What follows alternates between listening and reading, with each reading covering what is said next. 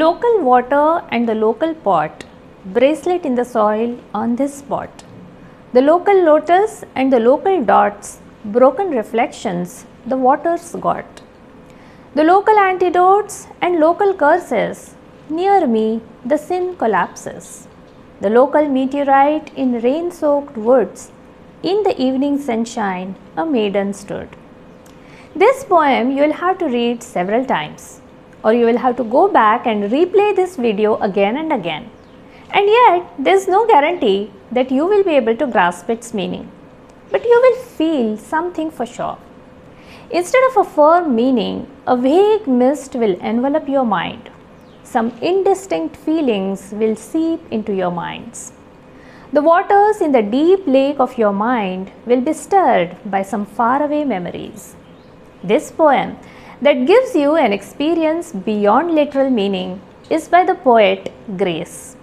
Today, in the 67th episode of Granthyatra, we are going to discuss his collection of poetry called Sandhyakalchya Kavita, Poems of Dusk. Come with me on this trail of mist. The real name of this poet was Manik Sitaram Godghate. He was born in the year 1937 in Nagpur. His childhood was spent in a hope distraught by the untimely death of his mother. Godghate completed his masters in Marathi literature from Nagpur University and won a gold medal. He spent many years teaching in various colleges in Nagpur.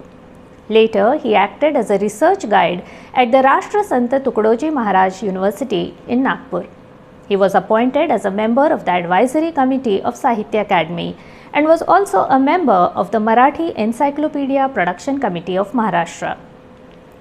Grace belonged to the second generation of modern poets who emerged after the well-known poet Mardhekar. He adopted his pen name Grace after he was impressed by the acting skills of the famous actor Ingrid Bergman. In all, Grace published 5 collections of poetry and 7 collections of light essays.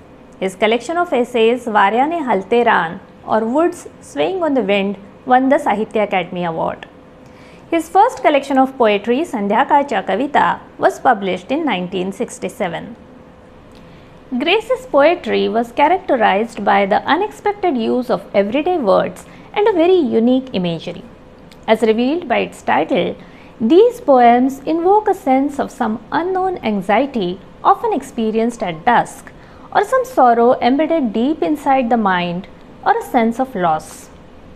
In the midst of bleached bones, a spasm in the deep eyes, the burning saffron desire in the blue skyline.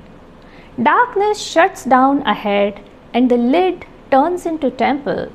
Now I'll pose daintily the riddle of soft hair. This poem was perhaps inspired when he witnessed an evening sky. Through this poem, Grace describes the incredible impressions created on the mind by the fluffy white clouds on the western sky, the blue rim of the horizon, the scattered shades of saffron, and the gathering darkness. This common sight seen every evening stirs up the poet's world of senses. The poet who watches this scene has reached a stage of maturity where his bones have turned into a mist. His eyes hold a deep sorrow. But what kind of sorrow is this? It is the spasm of creativity. It is not a pain, but the spasm that has to be borne before giving birth to something new. The sky around him has now turned blue, yet the desire to experience something particular is still alive in his mind. And this desire is saffron, the color of detachment. Perhaps it is searching for the experiences when crossing the temporal blue sky and entering the world of darkness beyond. His eyelid has turned into a temple to shut out the unknown darkness beyond, and he has preserved the spasm in his eyes in the sanctum of this temple.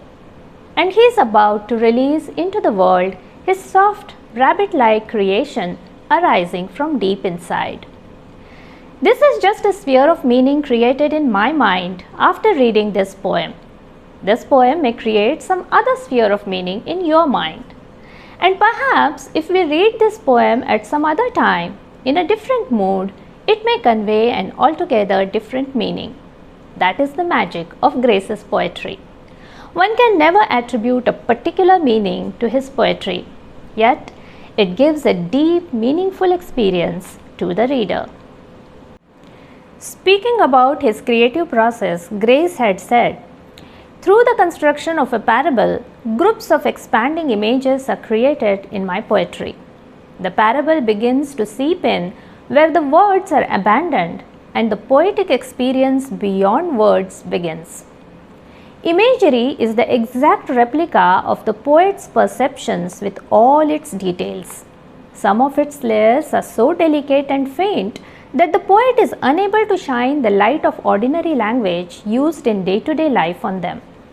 So the poet includes things that are closest to his perception and similar in appearance in his imagery. That is how Nishikant Miraskar, the noted critic, describes imagery in his book Sahitya Ganga, Pravaha Ani Ghat, River of Literature, Flow and Banks. A parable is formed through a continuous weaving of such imagery. This kind of imagery and parables are at center of Grace's poetry, and spheres of meanings expand from this center. Let's look at his poem, The Rain. It's been raining for long, tree leaves are aflutter. I wake up gently by the faint tune of woe. Tears well up in eyes move over water. The blood's lost its shine on this transparent slope. It ignites but doesn't glow, this bright flame of flowers, the rain thus poured at this late star hour. Rows of houses fade, wind stirs up the void, waves stand guard today to my own shore. The poet has woken up by the sound of the rain and has begun to perceive the faint tune of some grief. As he watches the rain, the grief intensifies in his mind. As his eyes move over the transparent water descending from the sky, the grief in his mind robs the shine from his blood. He wonders why this sorrow in his mind, like the flame of white flowers, doesn't begin to glow because of the rain falling at this hour of stars. Yet, the poet tries to restrain his mind. The rain makes the rows of houses before him look faint. The wind is blowing so hard that it seems to be stirring the sky, and waves of sorrow seem to be guarding the shores of the poet's mind. Such classic sculptures of human grief emerge from Grace's poetry. Some poems in this collection were set to tune by the noted musician Hridayanatha Mangeshkar, and they became memorable songs. You might have heard the song "Varyaने हलते रान तुझे सुनसान हृदय गहिवरले." The woods sway on wind, your lonely heart turns emotional. Are those the cow's sad eyes or the dark blue eve? At a time when the Marathi poetry written after 1960 was full of imagery related to the age of machines, the meaningless life after the war, or images related to the Western culture and science, Grace continued to use imagery drawn from Indian culture. His poetry has several references to Indian mythology and archetypes. His poetry is certainly individualistic and thus conveys the experiences of a modern man. But instead of using blank verse popular in modern Marathi poetry, Grace uses traditional Marathi meters for most of his poems. His imagery is drawn from the life of local people and from the collective Indian culture.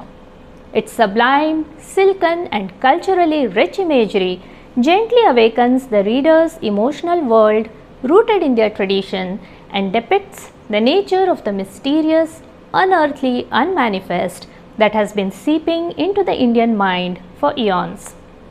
At times, lines such as "The compassionate trees let go of their leaves one by one, the disk in the hand rings in a circle," display an imagery from the Vaishnav tradition, and at others, "Divergent lonely sky, relentless heat, like Maithili searching for you, Raghav, under the harsh sun." Such lines refer to mythology. When reading Grace's poetry, we feel as if we are wandering through some mysterious, elusive atmosphere at dusk. At the same time, we are aware that this mysterious land is our own mind. His poetry inspires us to explore the layers of perception hidden in the enigmatic environs of our mind. In his poem Sanyogini, Grace says, "Houses of shadows leaking through gigantic domes, the deep dark temples in desolate winter, a sublime blue dreamland embedded in snow somewhere, so are these dense low streams in heart." A pining tone of enigmatic, intense feelings experienced at dusk prevails in Grace's poetry. His poems capture the sensations that drench the mind and yet drip away. In one of his articles, Srinivas Varunjikar says, "It is that time of dusk when there is neither light nor dark." Grace stood at the lightning boundary of that time and uttered the seed mantra of poetry that invokes the power of creation. Then an intense, grief-struck, shapeless, emotion-soaked corpus of meaning came to him through a nebulous atmosphere. This corpus marked his forehead with its bloody sign. This was the blessing and the curse of imagination that Grace received. Then the hurricane of poetic creativity circled around him all his life. The boundary between sentience and ignorance vanished like twilight. Today, we have with us Professor Amruta Indurkar, who will talk to us more about these poems that provide an experience of universal compassion.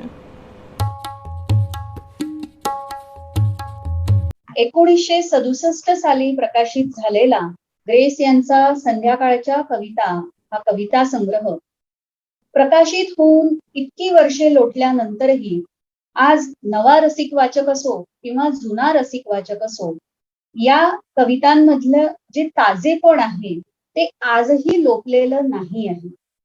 ग्रेसची प्रत्येक कविता कितीही वेळा वाचली तरी ती नित्य नूतनच वाटते. संध्याकाळच्या कवितांमध्ये असे कोणते ताजेपण आहे हे निश्चित शब्दात सांगणे कठीण असले तरी त्यांच्या कवितातून घडणारे अनुभूती व्यूहाचे आणि अबोध मनातील गूढ संवेदना विश्वाचे एक तरल पातळीवरील जे दर्शन असतं ते वाचकाला अगदी वेगळ्या विश्वात घेऊन जाते. ग्रेस यांच्या कवितेतील आशयगर्भता अधिक वेळ लावते की अभिव्यक्तीचे लावण्य अधिक वेळ लावते हे सांगता येत नाही कोणालाच. तू उदास मी उदास, मेघ ही उदासले, स्मृती तले विदग्ध नाद, पैंजणात सांडले, तुझ्या तनूत चंद्रशिल्प, सांजली निळी जळे, जसा समुद्र आंधळा, नि सूर्य दूर मावळे. ग्रेस यांच्या कवितेत काय नाही आहे? उलट असे म्हणावे लागते की ग्रेस यांची कविता जगातील एकाही जीवन जाणीवेपासून अस्पर्श राहिलेली नाही. त्यामध्ये भय, वेदना, चिंता, प्रेम, विरह, निसर्ग, मातृशोक, मृत्यू चिंतन, त्यानंतर शृंगार, सृजन चिंतन, पौराणिक आर्ष महाकाव्यातील अजरामर चरित्रे, पशु, पक्षी, प्राणी या सर्वांना ग्रेसच्या कवितेने कवेत घेतलेले दिसते. पण असे असले तरी इतर कवींची कविता वाचून जी मनात धारणा तयार होते किंवा त्या अनुषंगाने काव्यविश्वाच्या विशिष्ट कल्पना मनाशी बाळगून ग्रेसच्या कवितेकडे जर का आपण गेलो तर आपली फसगत झालीच समजा. कारण ग्रेस यांच्या प्रतिमारूपी धुक्यात लपलेले काव्यशिल्प अनुभवायचे असेल तर रसिकाला देखील त्याची तितकीच किंमत मोजावी लागते. ही किंमत कशाची आहे तर एका प्रकारची प्रतिभापूर्ण परिश्रमाची अपेक्षा ग्रेस आपल्या प्रत्येक रसिकाकडून करताना दिसतात. ग्रेस यांच्या कवितांवर दुर्बोधतेचा शिक्का बसला हे आपणा सर्वांना माहीतच आहे. तरी देखील आपल्या काव्यानुभूतीचे सुलभीकरण त्यांना अजिबात मानवत नव्हते. ग्रेस यांचे हे विलक्षण अनुभूती विश्व मूलतः त्यांच्या स्वायत्त कल्पना विश्वातून जन्मास आले होते. त्या कल्पना विश्वातील घटक अद्भुत, नेणीव प्रधान, अगदी तर्कातीत म्हटलं तरी चालेल आणि गूढ स्वरूपाचे आहेत. संध्याकाळच्या कवितांमध्ये प्रारंभ नावाची कविता आहे. ही जी प्रारंभ नावाची कविता आहे, ही या कवितेमध्ये एक प्रकारची शृंगाराची दाहकता माणसाला कशी पोळून काढते याचं गूढ असं चित्रण आलेलं आहे. आणि या दाहकतेपासून ग्रेस आपल्याला सावध करताना दिसतात. ते काय म्हणतात प्रारंभ या कवितेतून? इंद्रियांच्या प्रारंभात क्षितिज, संवादीपणाने नाद माझे हळूवार, पैंजणी रात्रींना दुःख अभिजात, स्पर्शमय वर्तुळात क्षणाक्षणाने अवकाश रेषा निसरड्या, सप्तरंगी आकाशगामी डोळीयांच्या गुंफात. अवकाश रेषा निसरड्या, सप्तरंगी आकाशगामी डोळीयांच्या गुंफात. जाऊ नकोस हाकेवर थांब, जाऊ नकोस हाकेवर थांब, ते अमृताचे भयान डोह आहेत, अमर होशील.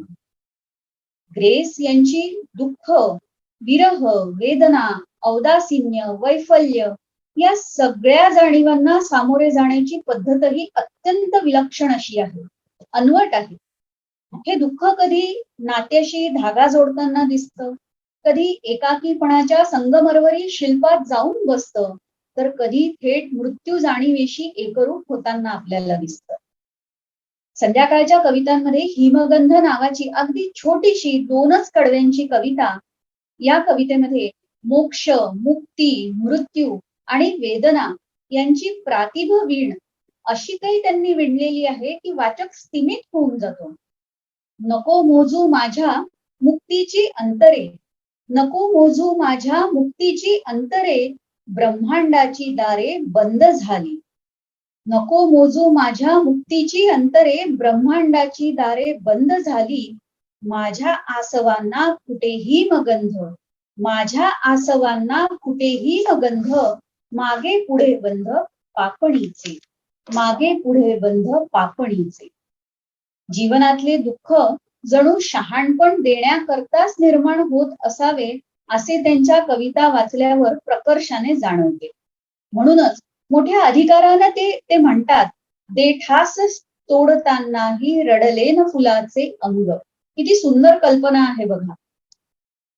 खर तर संध्याकाळच्या कवितांबद्दल सांगायचं झालं, अगदी संध्याकाळच्या कविता या त्यांच्या पहिल्या कविता संग्रहाचं अगदी खास वैशिष्ट्य जर का सांगायचं झालं, तर या कविता संग्रहाचा आस्वाद घेताना एक गोष्ट अगदी स्पष्टपणे जाणवते. ते म्हणजे त्यांच्या कवितेचे दर्शनी स्वरूप अत्यंत मोहक आहे. हे मोहक पण कसं आहे तर संगमरवरावर नाजूक हाताने नक्षी काढून तिला रंग दिल्यावर तिचे सौंदर्य खुलावे तशी शब्दांची नक्षी कोरण्याचा ग्रेस यांना एक प्रकारचं वेडच होतं. मग ती अगदी निसर्ग जाणीवेची नक्षी का असेना किंवा कवितेतली एकूणच निसर्ग जाणीव का असेना. कुसुंबी सावळे निळे, उदे अनंत जांभळे, मेघ मेघ रंग रंग, सूर्य सूर्य मावळे, तिरास पाखरे भरून अंतराळ व्यापले, विठीस लागले थवे, जशी धुक्यात राऊळे. खरे तर संध्याकाळच्या कविता या संग्रहानंतर राजपुत्र आणि डार्लिंग, चंद्रमाधवीचे प्रदेश आणि सांध्य पर्वातील वैष्णवी हे कविता संग्रह आणि बरेच ललित संग्रह देखील प्रकाशित झाले, हे आपल्याला माहीतच आहे. पण संपूर्ण ग्रेस आकळायचा असेल तर रसिकाला कोणत्याही क्रमाने त्यांच्या कवितांचे वाचन करता येणार नाही, हेही तितकंच खरं आहे. सर्वात आधी जर का कविता संग्रह आपल्याला आस्वादायचे असतील तर संध्याकाळच्या कविता वाचाव्या लागतील आणि मगच क्रमाक्रमाने टप्प्याटप्प्याने त्यांच्या अन्य कविता संग्रहांना हाताळावे लागेल. त्याचं कारण आहे ग्रेस यांच्या पुढील कारण संध्याकाळच्या कविता या कविता संग्रहाच्या नंतर जितके त्यांचे कविता संग्रह आले, तर या सगळ्या कविता संग्रहांची काव्य निर्मितीची पाळंमुळं जणू काही संध्याकाळच्या कविता या एका संग्रहात सामावलेली आपल्याला दिसतात. म्हणजे असं म्हटलं तरी अतिशयोक्ती होणार नाही, कारण संध्याकाळच्या कवितांमधील एक एक जाणीव ही पुढील काव्य निर्मितीचे बीज ठरलेली दिसते आपल्याला. आणि त्याची एक संगती आपल्याला बरोबर जसं आपण पुढे वाचत जातो तशी तशी लागताना दिसते. आणि म्हणूनच या मूळ बीजामधूनच पुढील संपूर्ण महाकाय काव्यवृक्ष निर्माण झालेले आपल्याला दिसतात. इतके या संग्रहाचे अनन्यसाधारण असे महत्व आहे. आणि शीर्षकातून तर आपल्या लक्षात येतच की संध्याकाळच्या कविता हा एकूणच कविता संग्रह म्हणजे कवी ग्रेस यांची जी खरी ओळख आहे एक कवी म्हणून त्याचे संसूचन करणारा हा पहिला कविता संग्रह आहे, ज्याचं पुढच्या कविता संग्रहांमध्ये आपल्याला बरोबर सगळीकडे असे त्याचे बीज विखुरलेले दिसतात. असे या कविता संग्रहाचे महत्व अगदी अनन्यसाधारण असे आहे. धन्यवाद.